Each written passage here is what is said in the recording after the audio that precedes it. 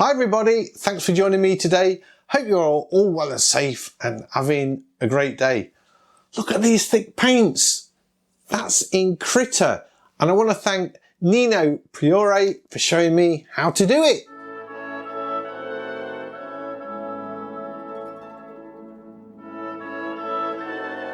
How do you get thick paint like this in Krita? Look at that lovely thick paint. Well, stick with me and I'm going to show you how right now. So how do we get those lovely thick brush strokes in Krita that could be a game changer that you get in Artrage and Corel Painter and apps like that? Well, I'm going to show you, but first of all you need the Digital Atelier brush pack. Unfortunately, there is a small charge for this. You can get them from the Krita shop. Here we are, here's the shop, and if you scroll down we can see the Ramon Miranda's Digital Atelier bundle. It says all the brushes, brush tips, patterns and services for Digital Atelier for €4.95, which is about I don't know the exchange rate, around about £5 I guess. Or you can get the full kit with 30 new brush tips, patterns and 2 hours of in-depth tutorial on creating your brush presets. Other than the tutorials, I'm not really sure what the difference is between the two packs. I didn't buy them because Raymond actually sent me the brushes for free to try them out. I have to say everything I do about the Digital Atelier brushes are my personal opinion. No one's ever asked me to give them a good review or what to say or anything. Full disclosure, Ramon did send me the brushes, but I just love them, so I rave about them all the time. And if you've got Krita and you want to paint in a traditional style, you really do need these brushes. I'm not really sure what the difference is between the two because there's quite a difference in price. So if you see this video, Raymond, if you could put in the comments what the difference is, that would be great. If anybody else has bought these the €4.95 bundle, if they could say what you get, that would be really helpful. Not that I'm trying to rip you off, Raymond, and put people off spending more money, but some people might just want the brushes, that's all I'm saying. Anyway, so you need those, and this is the full set of brushes, but I'm just going to go to a tag that I've made called DA Oils, which has just got the oil brushes in. It just makes it a lot easier. So if I just quickly sort of go through the brushes, we've got these really nice cool brushes here. Change the colour a bit. That all do really nice brush strokes and imitate oil paint really well. That's a nice one. Let's change that brush a bit so you can see.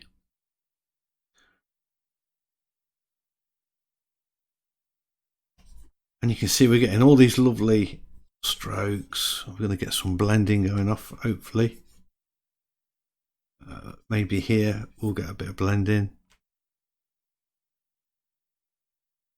Or maybe not. Oh yeah, there we go, look. And sort of blend those colours together. So they really are beautiful brushes. But none of these brushes... Oh, we've got these nice textured brushes. And oh, that's a nice blending brush. That's called the Round Wet. I'll try and remember that. So we get these nice brushes, but none of them, if I zoom in, whoa, that's funky. That's like almost like an eraser. None of them give you this nice textured brush effect. They're all pretty flat looking. And I've done this just on a plain screen just so that we've got no textures affecting the brushes whatsoever. So that's unfortunate until you get to these brushes. We've got 3 brushes I've got at the bottom. The RGBA colours. I've got an orange, which looks like that. Sort of a teal colour. And a grey. Which gives you these nice oil effects. But look what happens when I change the colour. If I'm on the grey, I pick a nice bright red. It stays to grey. Oh dear. If I go to yellow, it stays to grey. And if I pick the teal brush, no matter what colour I get teal. So, not a lot of use at this point. Now, I was aware that you could actually set this up so that you could change the colour. And 1 or 2 people have told me this in the past in the comments and tried to explain to me how to do it. And I think Ramon as well has actually tried to explain it to me, if I remember rightly, but no one has until now. Somebody called Nino Pryor put a post on one of my videos about a month ago explaining how to do it, but I couldn't get my head around it. So I put in the comment that I didn't understand what he was trying to say. So he put a step-by-step guide in, and I'm going to cut and paste his comments. These aren't my comments. This isn't something I've discovered. This is Nino Pryor. Thank you so much for giving me this tip, because it is so useful, and I'm so sorry I took so long to discover it. And I want to share it with you because it's dead easy to do, but it's hard to explain. So it's quite easy to show you. If I clear this screen, we've got 3 brushes here that we can choose to work with. Now, I am going to choose the teal one, and there is a reason for that, which I'll explain in a second. Once you've selected your brush, go and select the brush designer. I think it's called the brush designer. The little icon, if I just come out of it, the icon that shows you the brush with a plus on it. There we go. Click on that, and that opens up your brush designer. Okay, and you need brush tip selected, top left. Okay, well, let's just clear that. Choose your brush tip and make sure you've got the brush you want to work with. So I'm picking this teal brush. Then once you've got the brush tip selected, make sure out of these 3 tabs, make sure you've got predefined selected. From there, over on the right hand side, you will see brush mode, and under brush mode you can select, it says color image, change that to lightness map. Once you've got lightness map selected, you can paint a color. Notice it's the color that is selected on the color wheel. If I change that, and I now paint, look at that. I've got a thick paintbrush that can change with your color selection. Now, why did I choose the teal brush first to do my demo? Well, that pretty much looks exactly like the color that you select on the color wheel. There are other settings you can change, by the way, as well, and I'll explain those to you now by going to the grey brush. If I choose the grey brush, choose the tool designer, I guess, and change the color image. So I'm going to brush mode, change the color image to lightness map. Everything else is the same as the other brush, but if I start painting with that bright red, look how much darker it is. Actually, it's not that much darker, but it is a little bit darker. It isn't quite as bright or exactly the same as that colour. So that's why I chose the teal brush, or one reason why I chose the teal brush, not the grey. Show you first. But you can tweak this because we've got this neutral point where I can tweak that to get it lighter if I want. Put that in at, say, 110. And we've got a colour which is more similar to that. There we go. So you have to tweak it a little bit more if you want to get the colour a bit more realistic. But once you've done that, I don't know if there's a deal of difference between these two brushes. And I don't mean in colour, I mean in the pattern they make. Let's clear it. So with the teal brush, we get a stroke like that. The grey brush, we get a stroke like that. And I'm trying to put the same amount of pressure on each brush. They are slightly different, so you could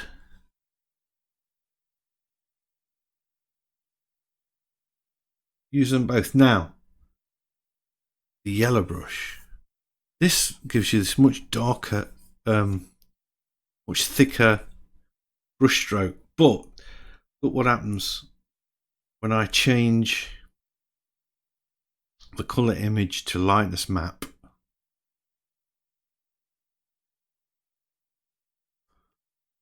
See the oh, you can't see it.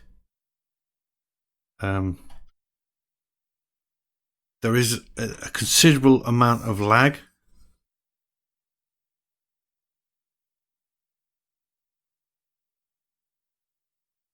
And it took me a while to work out watch the icon disappear to the brush stroke. It is, trust me, it's really laggy, and you won't be able to work with that. Now, why is that one laggy, not the others? Well, I discovered that it's due to the image that they're using for the brush tip, or the texture they're using for the brush tip. This one size is 716 pixels by 1762. I choose a different one. It's much smaller. It's half the size almost. So there, we've got no lag. It does default back to, when you change those brush tips, it does set this brush mode back to color image. So if I go to lightness map again, we've now got a brush that works, and you can see the brush tip following the brush stroke, so that's instantaneous. But now I've got a brush that's the same as the teal brush. So you could do that. I suppose you could set up a series of brushes and play around with your brightness, contrast, see what we get. Ooh, maybe the brightness is a bit too.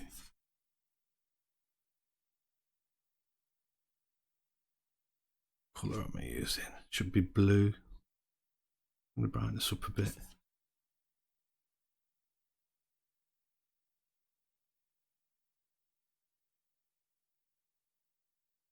Okay. We could fiddle with the contrast a little bit.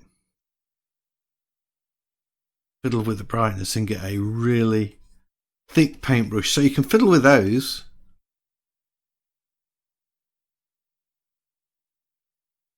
Although that looks a little bit steppy.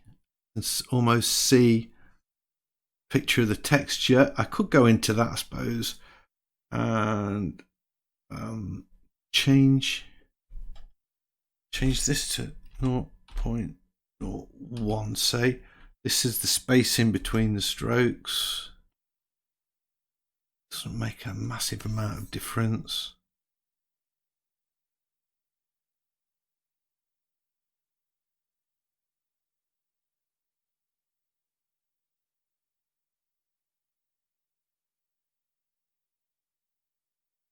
Yeah, not overly fond of that. That's a much nicer effect. So my conclusion is I would go with the teal brush and just change. I'll go through it one more time. Use the teal brush, go to the brush designer, and select under the predefined settings for brush tip, go to lightness map, as opposed to, I think it was on color image before. Choose the lightness map, leave everything else as it is, and you've got yourself a lovely thick oil paintbrush. Finally, you'll need to save your brushes so you don't lose them. I found when I closed down Krita and opened it up again, the brushes are defaulted back to their old settings. So to do that, I've gone back to all brushes, because once you rename them, if you've got them in a tag, they'll disappear from that tag. So to save confusion, go back to all brushes, select your brush you want. So I'm using the RGBA blue green. Click up here, make your changes that you want. So I'm going to change that to lightness map, as we know that's going to give us the brush we want. Then I click on save new brush preset, click on that, and then I can give that a name here, and I can call it I'm going to call it color, because that's now going to be my color brush. I can choose any color I want, and then save that. You can change other things like load the image for it and so on, and then save it. I'm not going to save it because I've already done that, so I'll just cancel that. And then once you've got the one you want, which is what's this one? No. There we go. That's the one I've made, the blue G color. Right click on that and just assign that back to any tags you want to put it in.